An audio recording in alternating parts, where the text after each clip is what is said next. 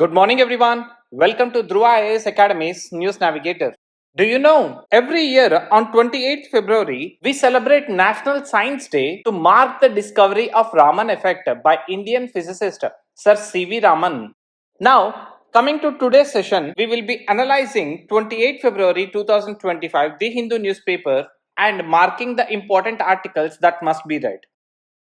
Coming to the first category of articles, that is end-to-end reads, the article that must be read is in page number 8, which is an editorial article. This article discusses concerns regarding the recent proposed bill on election of Chief Election Commissioner. As of now, Chief Election Commissioner is appointed by an electoral college comprising of Prime Minister, Leader of Opposition and Chief Justice of India. But the current bill proposes to replace Chief Justice of India with a cabinet minister. This raises the concern on independence of Election Commission of India. This article is highly relevant for GS2 polity and governance topics like constitutional bodies, independence of Election Commission, free and fair elections, etc.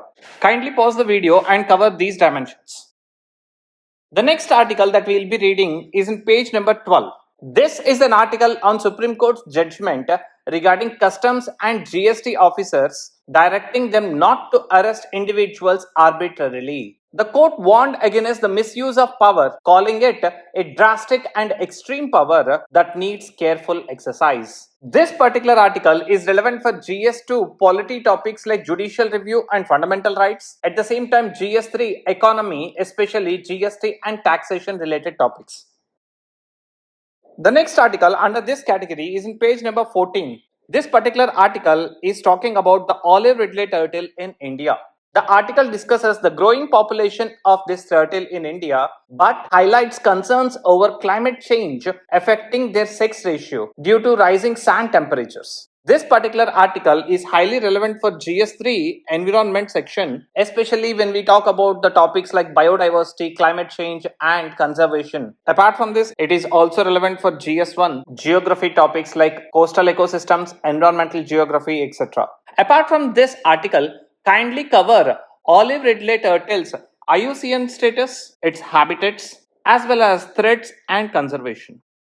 The next article that we will be reading is in page number 15. The article discusses the cautious approach banks are expected to take in lending to NBFCs due to the concerns about the sector's performance and rising stress in both secured and unsecured loans. This particular topic is relevant for GS3 economy, especially when we talk about financial sector, NBFCs, banking, microfinancing, credit markets, etc.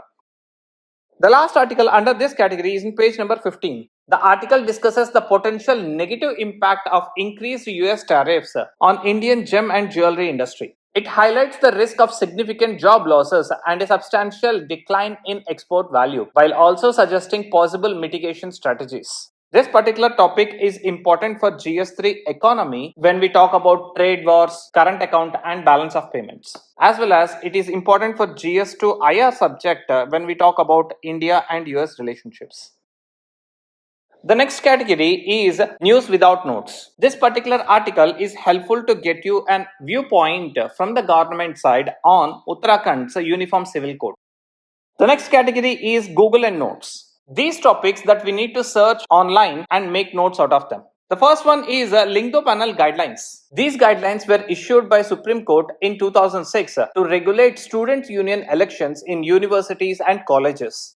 The next one that you need to Google search is about the Hague Service Convention. It is an international treaty that simplifies serving legal documents across borders in civil and commercial cases.